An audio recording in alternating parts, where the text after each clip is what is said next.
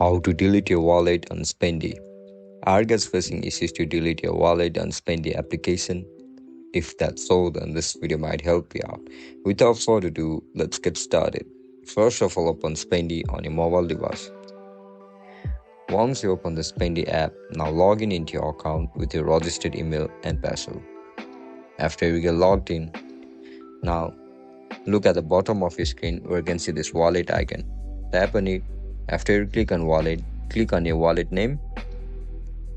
As soon as you click on your wallet name, now look at the top right corner of your screen where you can see this three dot icon. Tap on it. Again look at the top right corner of your screen. You can see this delete icon. Click on it.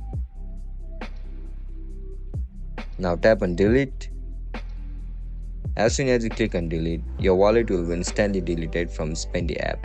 And that's it guys. That's how you're going to delete wallet and Spendee application. If you guys found this video helpful, don't forget to like, share and subscribe to our channel. I'll catch you up in the next one. Bye bye.